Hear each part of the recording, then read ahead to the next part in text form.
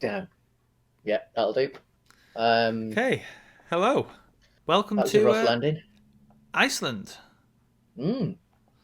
Our longest journey so far Yes, on this trip. and we have decided to look at a film that is not really from Iceland. It is. It isn't. It is. It's paid for by the Icelandic Tourist Board, and Film Board, and what have you. And it's totally a love letter to Europe as a whole, So as but specifically, yeah. yeah, So as last year, we could not have the Eurovision Song Contest for pandemic-related reasons. reasons. We got a film about Eurovision instead from two very un-Icelandic actors. Yeah. Um, But I think as the rest of Scandinavia has told a story as far as actors overlapping in our films and what have you, and this these actors sort of tell a story as well because our next destination for series 3 of this show is North America. So of course, the two stars in this, there's one Canadian and one American, United Yeah. States. That So is. if, I'm going to guess Um, a lot of astute listeners will have guessed the film we're going to be discussing, but we are discussing Eurovision. the Will Ferrell film about an Icelandic um, pop duo who live in a small Icelandic fishing village and are one of the local bands, Wait, but no one necessarily really likes them. Pierce Brosnan's in it as well. There's very few. Yeah.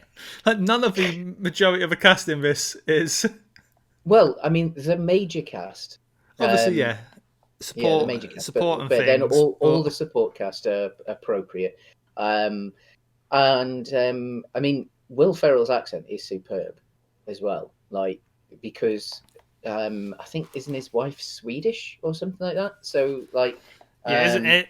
Isn't that how we got introduced to the joys of to Eurovision? to the joys of So, Eurovision. Yeah. bit of background for anyone watching at home who somehow doesn't know what Eurovision Mm, is.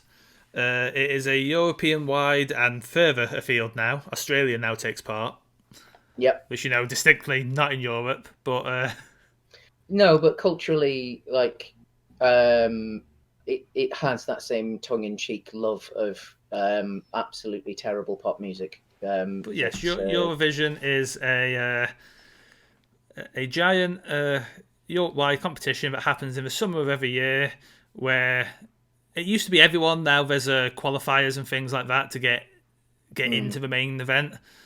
I remember growing up, it was literally every country in Europe. Well, I mean, it wasn't quite every It felt country in like Europe. it. It felt like every country I in remember Europe. it used to And, always. and and of course, when we were younger, like things like Yugoslavia existed, and now that's like four or five Well, different countries. we'd So, always go on holiday mm, the day after Eurovision to usually mm, somewhere in Europe on a summer holiday, and so it meant that the night before, because it might be an early morning flight, and mm. because again Eurovision went on at that point till early hours of the morning because of all I think the it still does now. not quite as early as it used to, Mm, but the voting takes a while. yeah. So we'd rather than going to sleep, we just watch Eurovision before going on holiday. Then the Mm. taxi would come, pick us up, take us to the airport. But Yeah, I mean, yeah, I it's love Eurovision. so do I. I adore it. I mean, it's. I mean, some of Different countries it's take it horrendous. to differing degrees of Seriousness. and respect. Yeah, Mm. and Um, we these days we send in the UK we send Graham Norton Presenter. as our presenter. We've Our presenters have always had a very It does appear in the film, doesn't he? I'm he sure does he's in. yes Yeah, yeah he's the presenting voice in the film. yeah our presenters Um, have always had a very Piss takey attitude. yeah. We used to send Yeah, Terry Wogan yeah, and and yeah now we send Graham Norton. Yeah, and they England does both, treat the whole event like a joke. Whether we do that because we never stand a chance of actually winning at the thing is a different well, I mean, you matter. say that But in the first like 20 years of it, because it's been going since yeah, the mid 60s. In the first like 20 years of it, we had won as many as any other country, and we'd come second or third more than any other country. So like as far as like overall ranking goes, like we're pretty much the most successful Eurovision country but ever. really, like But the thing is that like in the especially since the Iron Curtain fell, um, and they all kind of vote for each other now because there's lots of political tactics and things yes, like that, and no one likes England or Britain. and nobody likes Britain. Yeah, Yeah, yeah, it's Britain as a whole, isn't England? It might be interesting if England, Wales, Scotland, and we Northern usually Ireland. get a nice pity vote from Ireland, as in the Republic of. Yes, yeah, But yeah, no one likes us. yeah. So, No one likes us. So it's a bloody miracle if we don't but get it's the famous nil point. Um, I find it humorous that we're a country famed for its pop music exports. oh yeah, yeah, yeah. I mean, between logically in a pop music competition, Sweden and ourselves should have it on on lockdown, Pretty right? much on lockdown. Yeah, yeah, yeah. I Like, mean, we shouldn't lose. although that Like, said, it's not like we send our best. Like, we no, seem it to tends. try our hardest at sending deliberately not our best, Yeah, which I guess is a theme mm, of this film, right? yeah. So the story of this film, because the thing is that like hosting Eurovision, as much as it is an honor, because the winner of the previous year, gets Hosts, to host the following year. but it's Um, expensive. it's incredibly expensive, and usually there is some subsidy for it. So one of the reasons that as badly as we do, the United Kingdom is always guaranteed to be in the final is because we pay more money than the majority of the other countries to put the event on. I think it's us, France, Germany, and a couple of others. We're guaranteed Is to that get because into it the final. also has a fair amount of viewers that like? Oh, it's huge. It's absolutely huge. I mean, like for any potential American viewers, like it makes the Super Bowl numbers look like they haven't turned the telly on. It's like it's madness. Um, so it's absolutely huge to the point actually that in recent years there have been channels in the States that have shown Eurovision. It's got surprisingly decent figures, and the people who run Eurovision are actually going to do an American spin-off now. No, I didn't know that. So yeah, I think the 50 states are going to be represented, and there's going to be a different terrible song from each state. That'd be nice. Um, but It yes, I mean it is always the like. Do you remember when Lordy were yes, yeah, on yeah. it? Yeah, who are a heavy metal band that dress up as monsters and demons. And they're Scandinavian band. I can't. Yes, They might have been I Swedish mean they're or they're Finnish. they're a popular band outside of being Eurovision Mm, entries beforehand, but they yeah, won, didn't they? they did. Yeah, Yeah, but they were very much one of those like, please don't let us win kind of bands. yeah. Which is yeah again the overall story really of this that like Iceland has decided that it can't afford to host the Eurovision. Um, the Icelandic Eurovision board has gone out of their way to find the worst band in Iceland. And that is a duet between childhood friends, Mm, Will Ferrell and Rachel McAdams. who yet again proves that she is one of the finest Yes, she's comedy amazing. comedy actresses ever. Like She is. completely underrated, and also worth pointing Oh out, yeah. Marvel with Doctor Strange completely wasted her talents in that film. Mm, totally, totally. So I mean, hopefully we get to see a bit more of that in Multiverse of Madness or whatever it is. But yeah, it's a typical Will Ferrell film of the Underdog does well, yeah kind of. flavour. There's a lot Um, like a lot of his films. There's a lot of heart to it. oh, a hell of a lot of heart. I mean, as much as it takes the piss, and it deliberately takes the piss because like Eurovision as a cultural phenomenon knows that it is a little bit shit. Yeah, And but every this country is that a man whose enters, dream is to yeah, be in uh, Eurovision, and it's worth saying it's his dream. Like Rachel yeah. Rachel McAdams' characters, and I can't remember the names of the actual characters. Mm, Hans and let's have a look. But yeah, I mean, it is I want to say a Hans and Frida, but that doesn't sound. That sounds like I'm just pulling. so the full name of the film, by the way, because we didn't actually give the full name, is Eurovision Song Contest: The Story of Fire Saga. Oh yeah, Um, because yeah, that's the band name, Fire Saga. Fire Saga. Yeah. Yeah, Um, and I mean, some of the music in this is just wonderful because it like is they regularly go like, to their fishing villages karaoke night, or they perform mm, in the local pub, don't they? And they keep getting yeah. asked to play the same song and none of their own So music. he's Lars Ah, Eriksson, Lars. and she's Sigrid Secrets. Eriksson. Yeah, I just pulled completely Yeah, stereotypical names out of a hat there then. Sorry, yeah. guys. But then yeah, we did watch a film about someone called Eric last night. So yeah, But um, yeah, it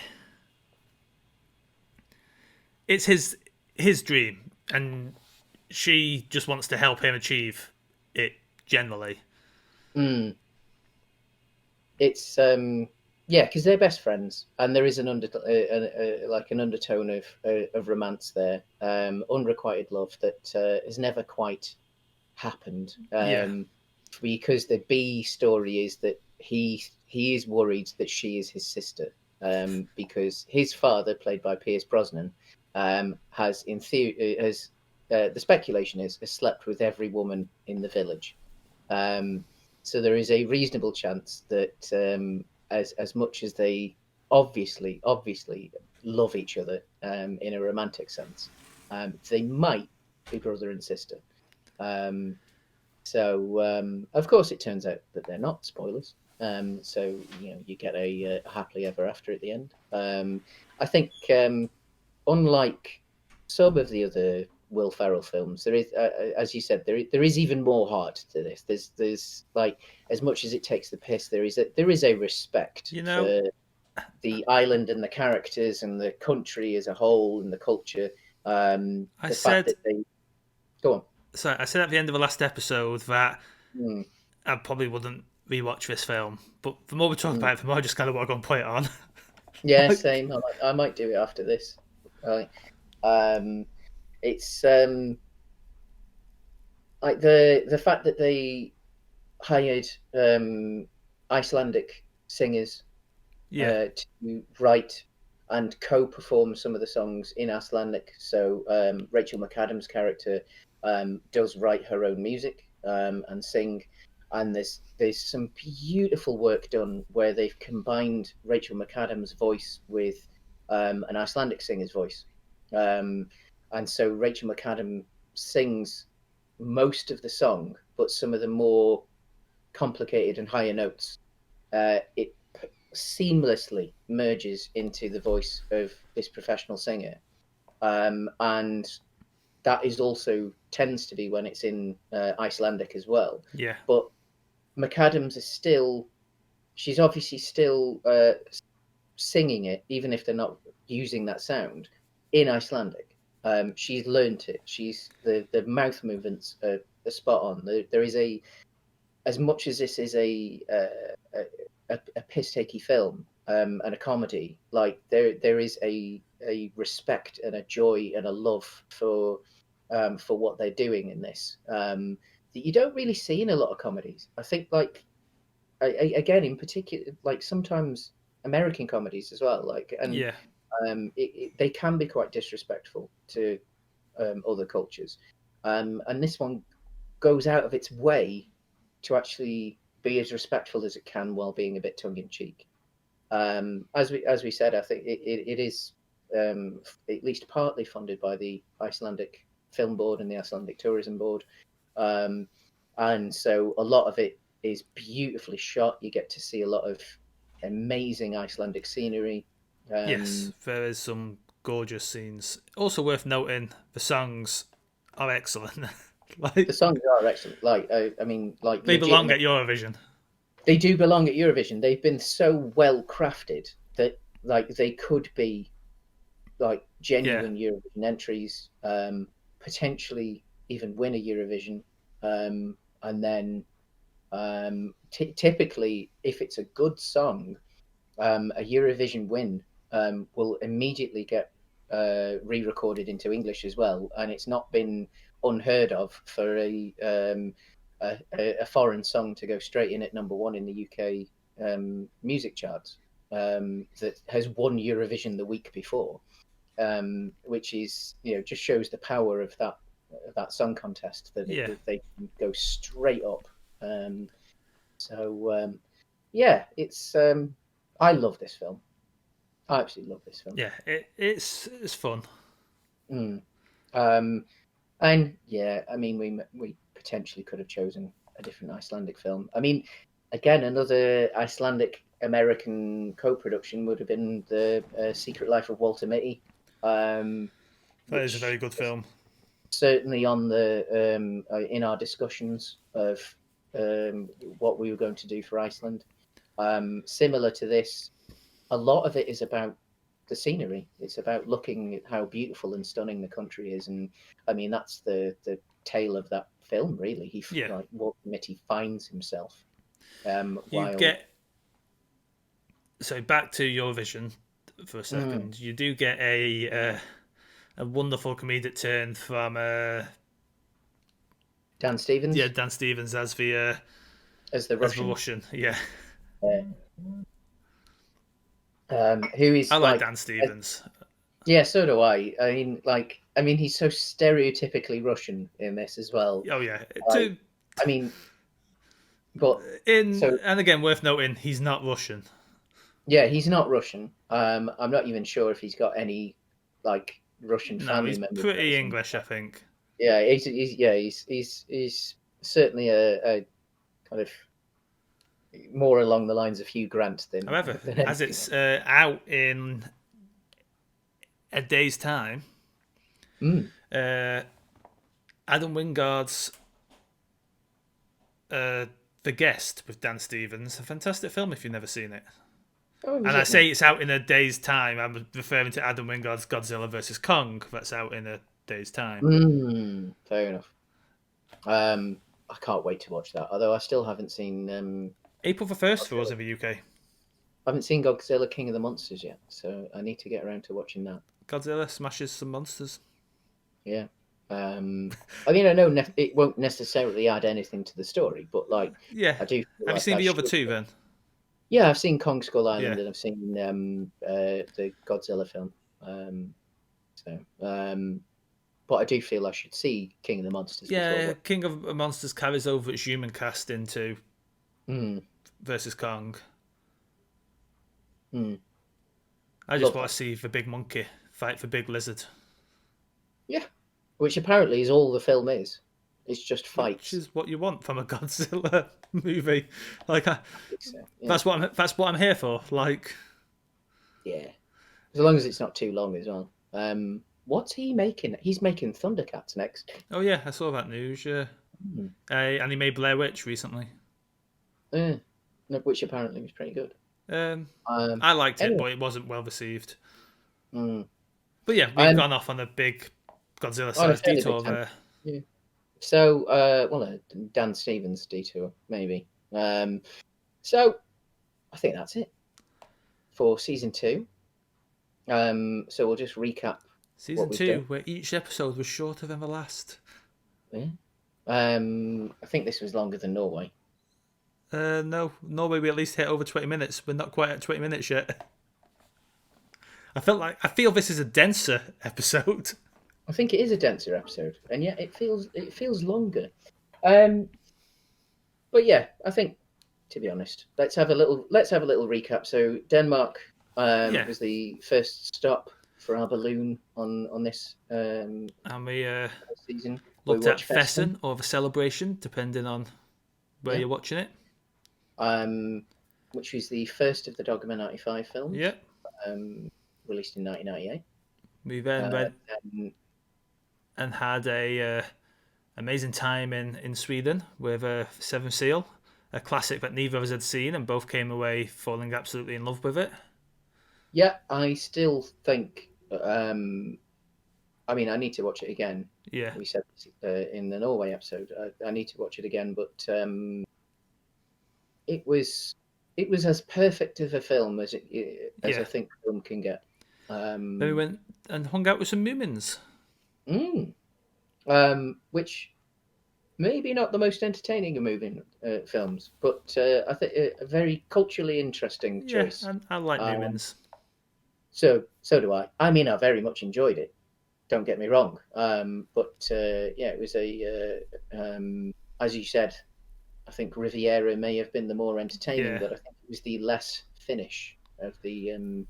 Then we went and had some sleepless nights in Norway. With Stellan Skarsgård again, Yeah. who of course played Moomin Papa in the Moomins, as well as a couple of other characters. And A here younger Stellan Skarsgård. we are in Iceland watching an Yeah, American Netflix film. But hey, we're going to North America next, so we are, yes, and that again, hey, as we said, was maybe this is a one of the theme motivations. because I find a Scottish film for the first leg of this tour, arguably not Scottish, but No, but I think it was a good choice. I enjoyed it. So yeah, so North America next, where we want to do something a bit different because obviously, at least as far as most of the world is concerned, North America is pretty much just two countries. It's not. There's dozens of others. But so we might have a look at some different cultures within the yeah, North American countries, um, including potentially a special guest appearance from someone who's appeared on one of our other shows for one of those episodes. really, Hmm? really. Yes. Oh, this is news to me. Well, I mean, we did mention it a long time ago, obviously, in a galaxy far, far away. So that should be a clue as to who it is. Okay, well we'll Yeah. don't know when So the third season's coming out. We'll be doing stuff between now and the third season, yeah, but we're not 100% sure what yet. But there be more content coming from us. You might get a gap somewhere along the way, but we'll see you soon. yeah. See you soon.